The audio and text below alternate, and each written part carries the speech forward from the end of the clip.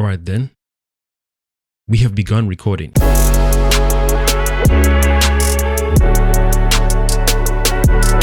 Greetings, ladies and gentlemen. It is I, your one and only host, the Cosmic Jedi. Welcome back to my channel. I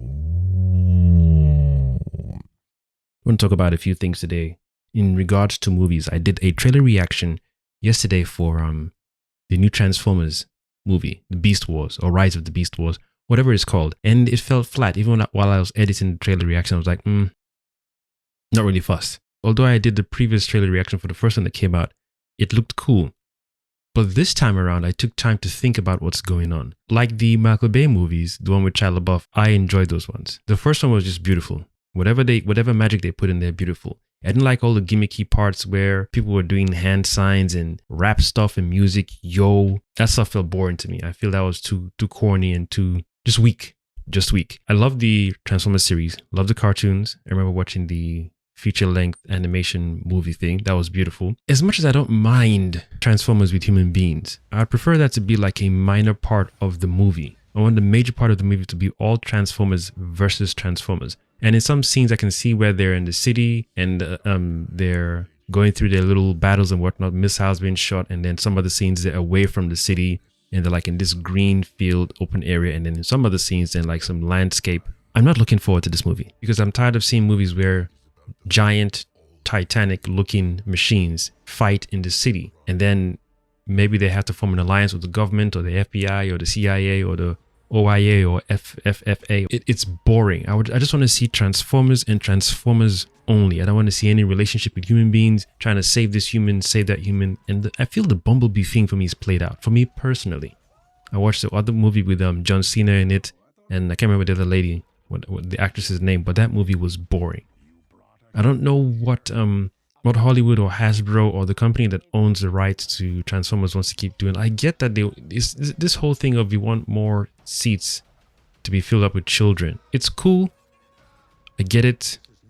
For business sake, I get it. For money's sake, I get it. But I guess I'm not the target audience. There you go. They want to make movies to sell toys. That's how they generate their money, amongst other things. Cool. But keep it on Cybertron or keep it space-based. No humans. And how is Optimus going to fight another machine every time while trying to protect someone inside his chest? Or any other Transformer keeping a human being inside his chest? I'm not saying all the Transformers do that all the time. I'm not saying all the Transformers movies do that all the time. But it gets boring and gimmicky. We had Michael Bay series with saving human beings, save mankind, save human beings, save mankind. We left our planet and we came here, and what we ran away from is coming to destroy this planet, so we have to protect the planet. It's boring. Boring. And even if it's part of the story in the original material, cool. But since a lot of companies have taken liberties with the original text when it comes to comics or cartoons, and you've changed things up, you guys can change things up with the Transformers as well. You can change things up. I practically saw them. Is it Omnicron, Unicron, Megacron, Orioncron, whatever. I don't care, man. I genuinely don't care. Looking like Galactus. I was like, how are you going to bring a planetary buster level threat in the first movie, and then how are you going to kill this thing? If you couldn't kill it in Cybertron, what makes your forces so strong that you have to kill it now? Unless it's been laying dormant somewhere and no one knew where it was to go and attack it. Because if you know it's a planet-eating creature or machine, or you know what it is, you guys couldn't find your collective togetherness and go and find this thing and end it in case it goes to planet to destroy stuff. It's just like watching Galactus do his thing, man. And even that's boring. It's like, dude, I'm not even looking forward to the Fantastic Four movies. All this talk about casting Adam Driver, they're looking for the actress to play Sue Storm, blah blah blah. They might bring back Chris Evans. There's no excitement because you guys won't do it justice. You will not do it justice. It would just be gimmick. I don't know how they're going to pull off Reed Richards fighting people on screen with that stretchy stuff. I can just about see them do the Thing correctly because they've done Hulk multiple times, and the Thing looked good in the previous most recent Fantastic Four movie with Michael B. Jordan. It looked good. His whole texture looked good. So him, I have no issues about. Johnny Storm, I have no issues about. But then are they going to have the Fantastic Four spaceship thing where they all sit in different parts of the one spaceship? God. I don't really care for their family either. And then how are you going to pull off Sue Storm's powers? Is she going to be struggling to hold a force field every time like Jean Grey in the X-Men cartoons? Scott! I can't hold it any longer. Scott! Boring. There's a lot of movies that are coming out recently I'm not looking forward to. I saw a trailer yesterday, did a reaction to it. Hunger Games. I had no idea they were working on something. I heard little rumors, like I thought it was going to be like a TV thing or like HBO or Amazon Prime thing, which I wouldn't mind. I think a TV series for Hunger Games would be cool. I wouldn't mind watching that one. But the previous ones with Jennifer Lawrence, those ones were beautiful. I enjoyed those ones very, very much. I've never read the books, but I really enjoyed those movies. So for them to do a new one, it feels like it's a prequel, or I don't know if it's before the Jennifer Lawrence series or after. But when I saw the trailer yesterday, again, underwhelmed. And they've got Viola Davis in there. That actress is a powerhouse, man. And even in the trailer, there's no reveal of, some little something to get me hooked to think to myself or feel like, yeah, I gotta see this one. Like the previous Hunger Games, Survival of the Fittest, blah, blah, blah. Then when they released those creatures or those augmentations in the world, that thing finished me, blew my mind completely. I was like, you know what? I thought this was just going to be me versus you.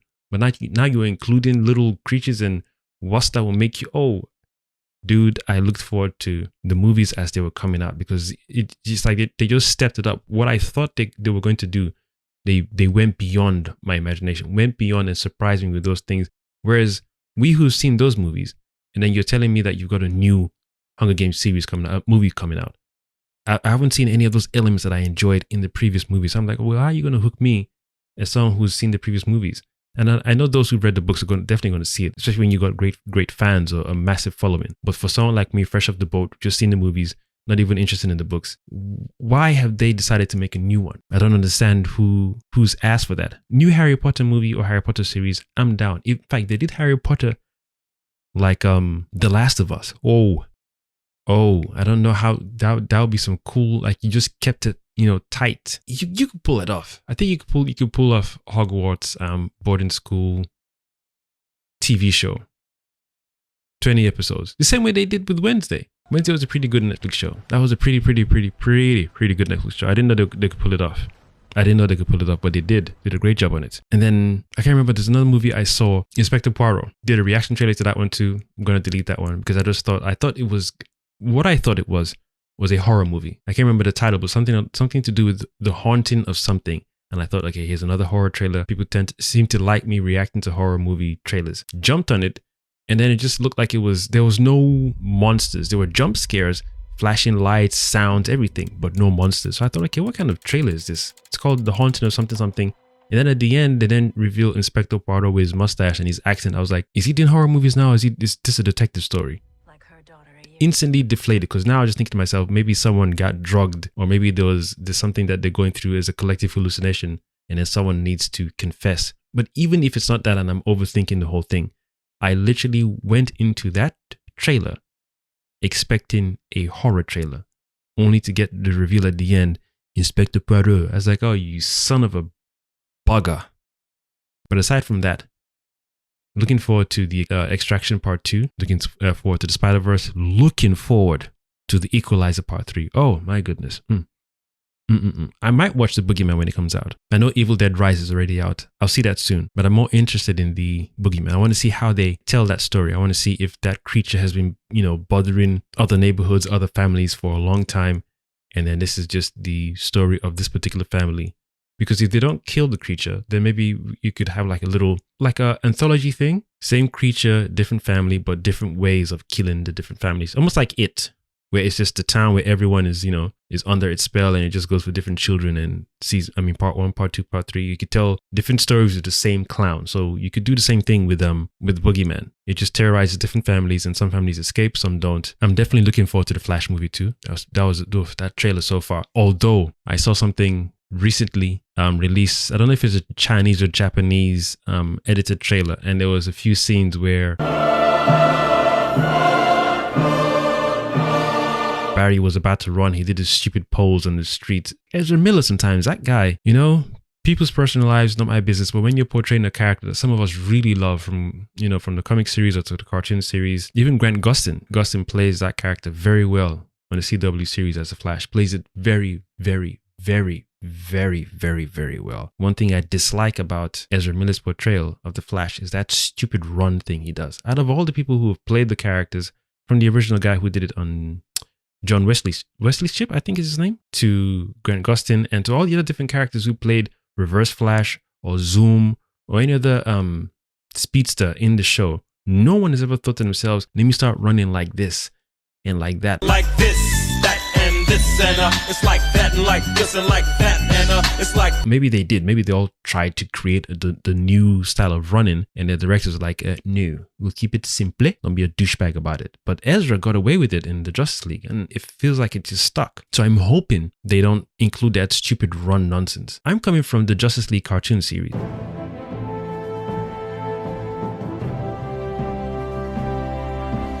Not the movies, yes, before the animated movies. The season, as in Justice League Unlimited. That whole season, I've rewatched that over and over and over and over again. One of the best animated series, aside from the Batman and the Superman adventures on DC's roster. One of the best.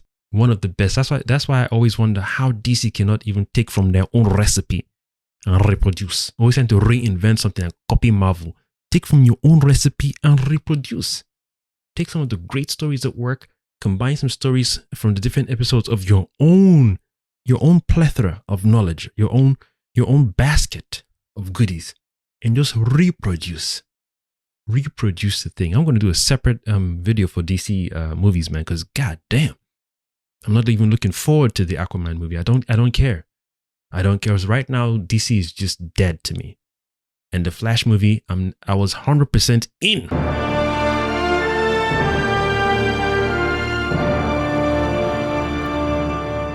I'm now 90% in. That TV spot was whack because he stood there, was about to run, and he's twisting his body a bit. Oh my god! Just run, please. Just run. Even Grant Gustin does a thing where he stands there, arm and boom, very simple. Just pose gone. But I just saw him do this thing and he's twisting his arm like, why?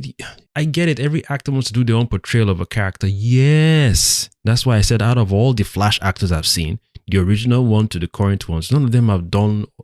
Don't be a twat, man. Don't be a twat. No one likes a twat when it comes to certain things. You in your personal life is different. When you're portraying someone we love, please just do it how we saw it being done in the cartoon. That's the first. Sometimes even reading a book or reading the comic panel, you can see how the guy's drawn, but no one has ever drawn him. And even if they have, please, just because you've seen it in the comic doesn't mean you should repeat it, because the other people who came before you, they did it just fine.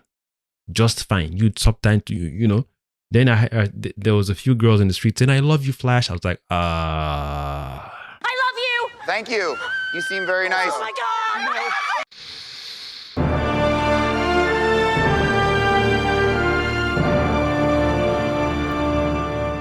Here comes that whole stupid family element.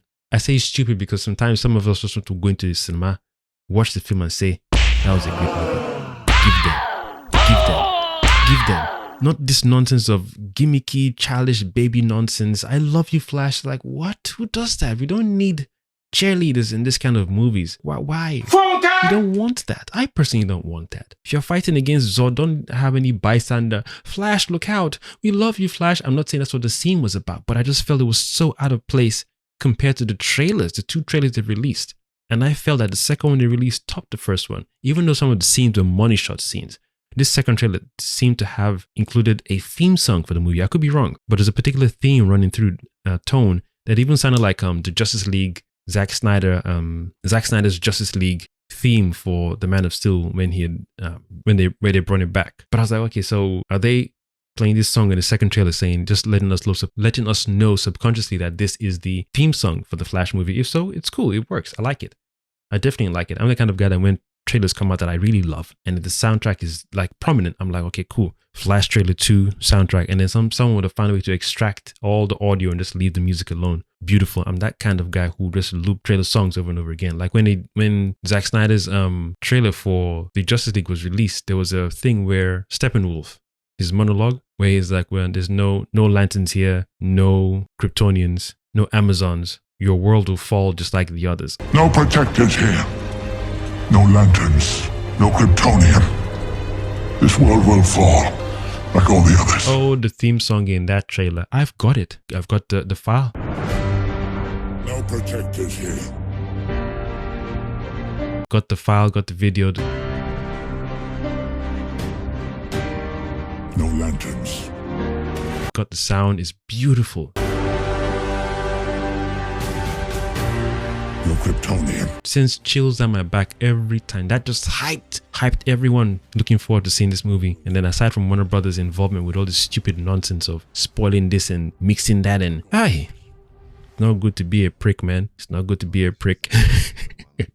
Oh gosh, that was an experience. The Justice League was an experience, man. Proper experience. A lot of issues, a lot of things. There's one certain things Zack Snyder is not really good at, but certain things he's awesome at. Awesome at. I'd like to talk about him, definitely. Do another video in the future about some of the movies he's made that I really love, enjoy, and like, and some I dislike and don't enjoy at all. At all. But he's definitely got fire. Definitely he's got fire. He knows what he's doing. In just certain areas, doesn't fine tune it well. But the Flash movie, 90% in. I was 100 in before, but just that one clip. Because sometimes if your tone of your movie is straightforward, like it's like the Equalizer, right? And he's fighting someone, for example, and then before he, puts a knife in someone's head, for example, the enemy, the bad guy he's fighting gets a phone call, and then the ringtone is Tinky Winky, Dipsy, La La, Po. You cannot put that kind of scene in this kind of movie. It won't work. Even though the Equalizer movie, we've seen 2 movies so far, so we know what kind of character Denzel is playing. We get that. That's true. So that kind of scene would be completely out of left field, out of synchronicity with the theme or feel of the movie. This is the same way I feel about throwing in a scene where Barry, whatever happened just now, based on the TV spot, he's standing. He just looks so weird. You're the Flash. Just zip. We don't need to see you pose. Zoom. He can just start running just by standing because that's how fast he is. Normal human being, we need to push forward a bit. Even the Flash TV series, they just let us know he's pushing forward, he's gone. Or sometimes you just stand there and say, okay, guys, I'll be back. And he zooms out. He never always poses. When I say never, every time he runs, there are different variations of his running. But even when he's about to do a super thing, he just stands there, legs apart, leans forward, and he's talking. So we're not distracted by the pose. And even the pose looks perfectly fine. There's nothing wrong with the pose. He's getting his formation correct. Hearing the person who's giving him the advice, you need to go at Mark 50, Mark 10K, Mark Omega level to beat the speed barrier, and then we get all that. But you doing this and then twisting, just come on, man. Come on, dude. Come on. So those little things take me out. Those little things to me feel like the same way you're about to just finish this guy and then his ringtone is Teletubbies. What are you doing? It just removes the people we've been called here to enjoy this thing. We give you money. Here's the experience we want to put you in. What's this world? The world is about this guy who wants to save his mom and blah, blah, blah. Okay, so there's going to be some light humor. Light humor when it's Barry between Batman, Barry between the villains. We know Barry does this quippy talk like Spider-Man. But when Spider-Man is fighting someone, trying to remove the gauntlet from Thanos' arm, and then someone's like, I love you, Spider-Man. I love you too. Those things bother me. I know I'm still repeating and ranting about the same thing, but the thing, they do me for ear. I was like, wow, why would you, who directed this scene? Why would you put this in? Why would you do that? Why would you put that in this? Because the trailer put your movie here. This is the story. He wants to save his mom or his parents because he's got these powers. And he's thought to himself, there's no reason I can't do this. I mean, this is probably the reason why I got given these powers in the first place. To be able to do this and then bring back my parents, save my parents and stop my mom from being killed. Of course, why not? Standard. You now put your movie based on your trailer here. Then in your TV spot, I love you, Flash. Why? Nah, that's questionable, fam. Highly questionable. Highly questionable. Aside from that now, with the Guardians of the Galaxy movie, looking forward to that one too, I won't lie. The second one was, The first one still gives me goosebumps every time I watch it. Especially where they were holding each other. When Quill held the Power Stone. And then they all join hands and absorb the energy. It still sends chills down my spine. Beautiful. Beautiful. And then when the theme song is playing, then it just sets into your mind, oh, that's their theme song. Correct. The second one, nah. There was a few scenes that just bothered me, especially when Rocket was talking to Yondu about trauma or whatever. Even though I saw an interview recently with James Gunn, given the themes of each movie, talking about different themes of trauma and healing. I get it. but it you know, in the first movie, it was subtle, nice, and I got it. It was there. I could see it. I was like, okay, cool. I like what he did there. Second one was just like in your face. I'm like, what are you doing? What's Yondu talking to a raccoon about feelings? I'm like, there's other ways you can do it to make it work. So that one, I wrote that one off, man. And I was hoping that one would add, you know, go past the first one, or at least stay in the same level of the first one. So I'm now hoping that this third movie would at least meet that first love that I felt for the first movie and just be there right there, or even maybe surpass it. Even if it's just slightly dip, as long as it's not in the same level as the second one. Otherwise, god damn it. I guess out of the three of them, I would just say that I love and only prefer the first one.